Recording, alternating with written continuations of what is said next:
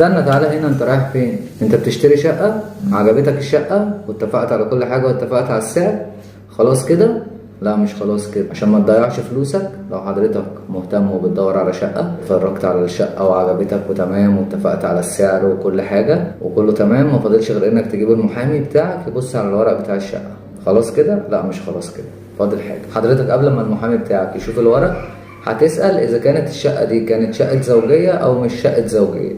اذا كانت الشقة شقة زوجية لازم ان الزوجة تيجي تمضي شاهد على العقد. في مشاكل كتير بتحصل بسبب قصة ايه التمكين والكلام ده، والشقة بتتباع وبعد كده يكون في طلاق وفي قضية تمكين والكلام دوت.